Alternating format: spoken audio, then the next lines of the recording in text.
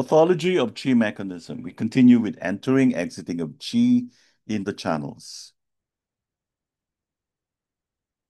The entering, exiting of qi is the second aspect of the qi mechanism. The ascending, descending of qi provides a vertical dimension to the qi mechanism, while the entering, exiting of qi provides a horizontal dimension. The entering, exiting of qi is an essential process of the qi mechanism that takes place in every organ, every tissue, and every part of the body.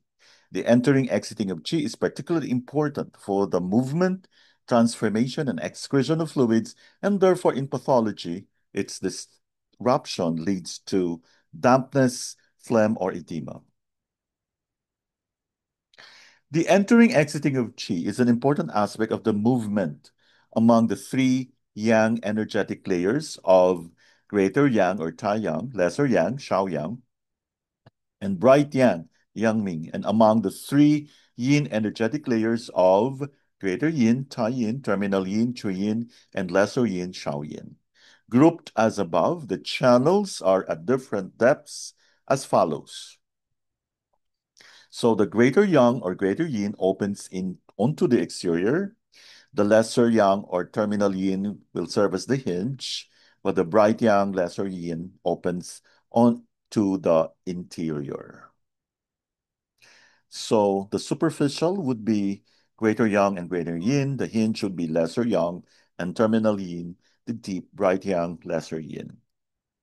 There is a horizontal movement between the three levels of channels within the yang and within the yin channels. For example, in the case of the yang channels, a movement between greater yang, bright yang, and lesser yang channels.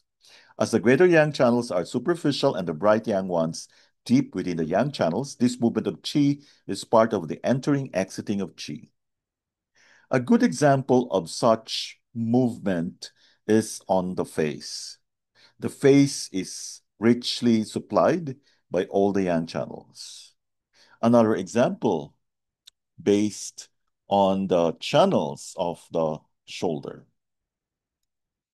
On the face, as an example, there is a horizontal movement of qi between the greater yang, bright yang, and lesser yang channels that is part of the entering, exiting of qi.